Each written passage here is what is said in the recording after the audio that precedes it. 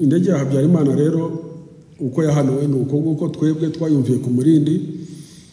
His Excellency yari areba umupira, dore ko yikundira umupira, yari yarazanye antenne areba African Cup of Nations. Ndibaza ko ari Nigeria yakinaga niba ari yihe, yicaranye n'abandi bakada, nuba gasare yareberagamo umupira ugiye ku Murindi, ako gasare wakabona. Twe twari mu position zacu tumonitoringa fari, buri gihe fari twumvaga fari. Monitoring nuko kuvuga ngo muri communication yabo baratwumvaga nabo twarabumvaga, bumvaga ibyo tuvuga natwe tukumva ibyo bavuga. Tugiye kumva twumva bavuze ko indege ya Habyarimana irashwe, immediately kiraswa twumva babivuze ko irashwe. Babivuze ngo irarashwe, ndagenda mbibwira His Excellency, ndamubwira ni fari vuze ko indege ya Habyarimana irashwe. Ati nibyo? Aturishwa? Avuze ati ambaje aturishwa? Ndavuga ntariko naba numvise nabi nanjye.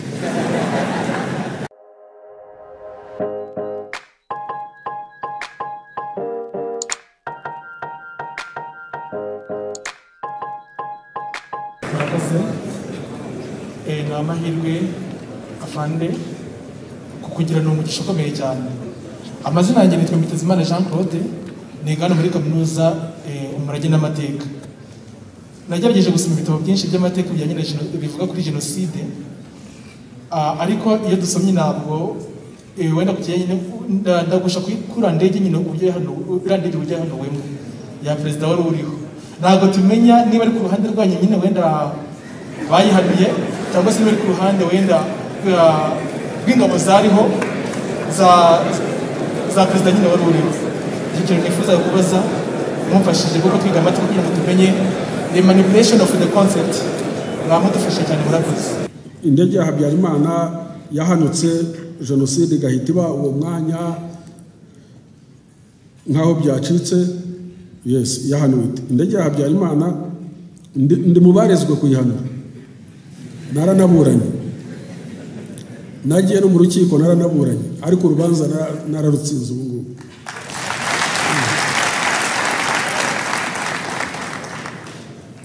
Indege ya Habyarimana ijya guhanuka hari ibintu by'imishyikirano, ariko bisa n'ibyarangiye we yaranze kuyishyira mu bikorwa. Ntabwo nibuka neza icyatumye ajya Arusha cyangwa Dar es Salaam, ariko habayeho investigations zitagira ingano.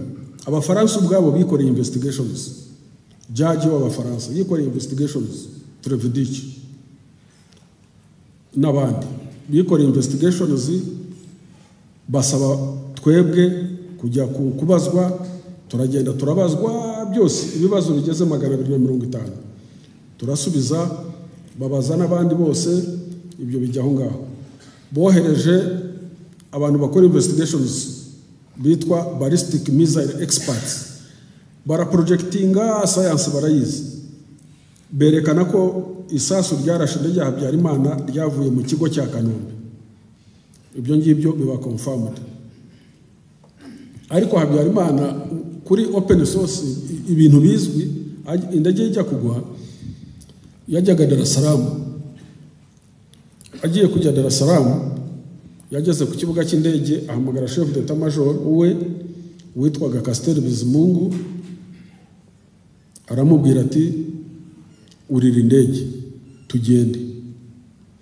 Castel Bizimungu aramubwira ati mon chef ntabwo niteguye, dore nukunje nje nkwitabye ku kibuga.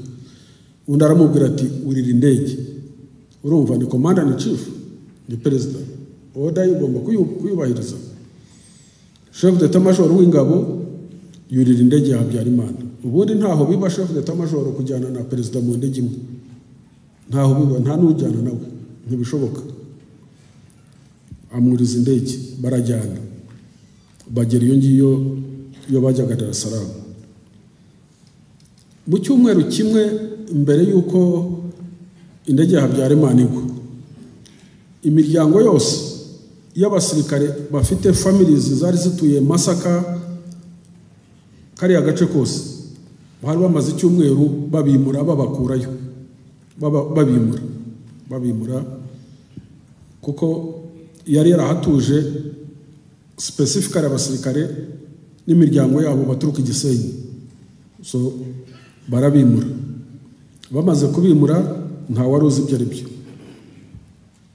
Ikindi control tower niwe wayitegekaga, umugabo wayitegekaga iwabo ni Kayove, ubu ni muri Rutsiro, sinzi niba kiriho ariko mu minsi yashize yari akiriho. Wari muri control tower uyobora indege iyo ziza yari ahari, niwe wari muri tower. Kanombe usibye abasirikare b'Ababiligi n'aba Habyarimana bamurinda, nta zindi ngabo zashoboraga kuhagera, ni izo ngizo zagombaga kuhagera. Kanombe yose ari ku kibuga cy'indege no kugera mu kigo cya gisirikare ni ingabo za Habyarimana n'Ababiligi. Nyuma Habyarimana aje, information dufite zanatanzwe nabo bari muri control tower nuko hari indege 3 mu kirere. Hari indege ya Habyarimana, hari indege ya Minwari, hari n'indege ya SN Brasos. Izo ndege zose zaziye rimwe, zizira rimwe. Wazihagaritse, wazihaga imiyoboro kuzibwira ngo wowe hagarara, wowe komeza, n'uwo ngo wari muri control tower. Ni wabwiye SN Brasos ngo wowe buzunguruka muri space. Ni wabwiye ya Minwari ngo wowe buzunguruka muri space. Niwe wakiriyarinze ya Habyarimana ngo ize. So niwe waruzi ngo ya Habyarimana niyo ije kurandinga mu gihe hari indege 3 ziri mu kirere. Indege irashwe iragenda igwa kwa Habyarimana mu rugo, mu nzu, muri jardin, kuri piscine. Umugore we yari kuri piscine yakiriye abashyitsi anywa champagne, indege imugwa imbere. Yaguye mu rugo rero, mu rugo rwe. Iriya nzu irahari n'ubu mugiyeyo n'ibyo bice by'indege mwabibona kuko ubu bayikoze neza. So indege imaze kugwa nta muntu n'umwe bemereye ko hagera ku ndege. No, nta n'umwe bemereye ko hagera ku ndege. Ahubwo icyo bihutiye iryo joro nuko bagiye kwica abantu, ariko bihutira no kwica Ababiligi, abasirikare b'Ababiligi muri ka Kigali. So abajepe nibo bakodonize indege, ni nabo bafashe black box. Black box niyo ibika amajwi yose yavugiwe mu ndege, yaba aya uri muri tower ya control, yaba ay'abapilote indege, kuko indege irashwe iragenda nyine, iragenda kugeza aho igongeye. So ubwo ari Habyarimana yaravugaga, ari abapilote baravugaga, hari amajwi yavugaga. So ako ka box kugeza uyu munsi ntawe uzi aho kari, barakarigishije, ntawe ushobora kugatanga, kandi nta ndege itakagira, nta ndege n'imwe itakagira. So ubwo abarigishije black box nibo bazi uko barashe iyo ndege. Ariko wareba level ya aba extremist uko bari bamaze kugira imbaraga, cyane cyane witwa Bagosora na groupe ye, basa n'abatangiye kurusha Habyarimana imbaraga, kandi amaze gupfa urebye nibo babaye in charge. So indege ya Habyarimana rero uko yahanuwe nuko twebwe twayumviye ku Murindi. His Excellency yari areba umupira, dore ko yikundira umupira, yari yarazanye antenne areba African Cup of Nations. Ndibaza ko ari Nigeria yakinaga, niba ari yihe, yicaranye n'abandi bakada, nuba gasare yareberagamo umupira, ugiye ku Murindi ako gasare wakabona. Twe twari mu position zacu tumonitoringa fari, buri gihe fari twarayumvaga, twumvaga fari.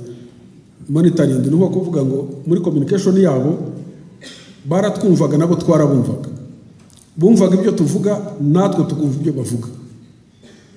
Tugiye kumva twumva bavuze ko indege ya Habyarimana irashwe immediately kiraswa twumva babivuze ko irashwe babivuze ngo irarashwe ndagenda mbibwira His Excellency ndamubwira ni fari vuze ko indege ya Habyarimana irashwe ati nibyo aturishuwa avuze ati ambaje aturishuwa ndavuga ntariko naba numvise nabi nanjye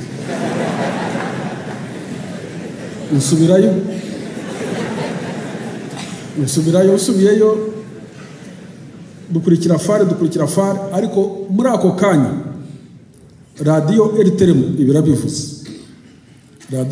ibirabivuze ibivuze nsubirayo ndamubwira na radio RTM irabivuze ati bazabo muri CND uko bameze bo barabyumva bati muri CND twari dufite zangabo 600 hariyo General Charles Kayonga ndamuhamagara kuri communication arambwira ati natwe turabyumvise ko ngo indege ya Habyarimana yarashwe ariko iri ya force yacu ya 600 yabaga kuri gate zose ziriya za CND habaga hadiployinze minwari kugira ngo force hatagira ingabo za Habyarimana ziyinjirana nyuma yaho habaga hari bariyeri zitabaritse zintera hamwe so force rero yabaga aho ngaho gusa kuri CND nta n'uburyo yakagize bwo kugera na Kanombe uretse na Kanombe no ku Gisimenti ntishobora kwagera so ubwo jenoside batangira kwica abantu iryo joro ahubwo Kayonga aravuga ati abantu bose aho bari muri Kigali baratabaza ngo barimo kwicwa nuko His Excellency yatanze order bukeye iryo joro yahamagaje commanders bose barapiye baza ku Murindi akora inama ngufi ijambo rimwe gusa mugende mushyire forces zanyu standby class 1 ni ukuvuga ko umusirikare habasigaye kuvuga ngo move so abasirikare bagenda baba standby class 1 itariki 8 nibwo yatanze order yo guhagarika genocide amaze kubona ko nyine ni genocide nta kundi so indege ya Habyarimana rero nuko yarashwe ari abafaransa bakoze investigations bavuga ko yarasiwe mu kigo cya Kanombe ballistic missile experts baje nabo bavuga ko yarasiwe mu kigo cya Kanombe barabiprojectinga bakabyerekana indege direction velocity iki so ni ibyo ngibyo je nicyo nabivugaho